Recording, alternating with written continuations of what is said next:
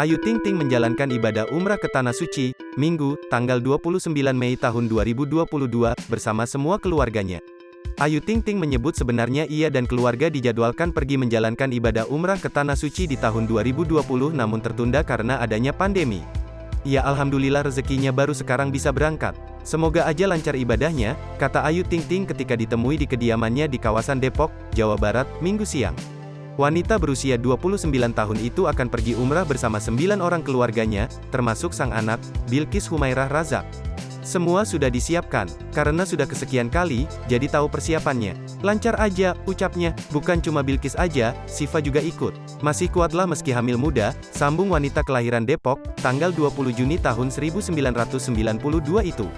Tidak ada persiapan khusus bagi janda anak satu itu dalam ibadah umrah tahun ini bersama keluarga tercinta, karena sudah beberapa kali. Tapi, pelantun alamat palsu dan sambalado itu menyelipkan doa khusus untuk ia panjatkan di Tanah Suci.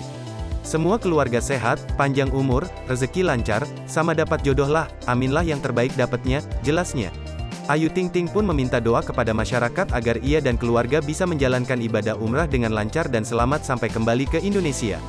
Minta doanya aja buat semuanya, doain biar sehat dan selamat sampai ke tanah air, ujar Ayu Ting Ting.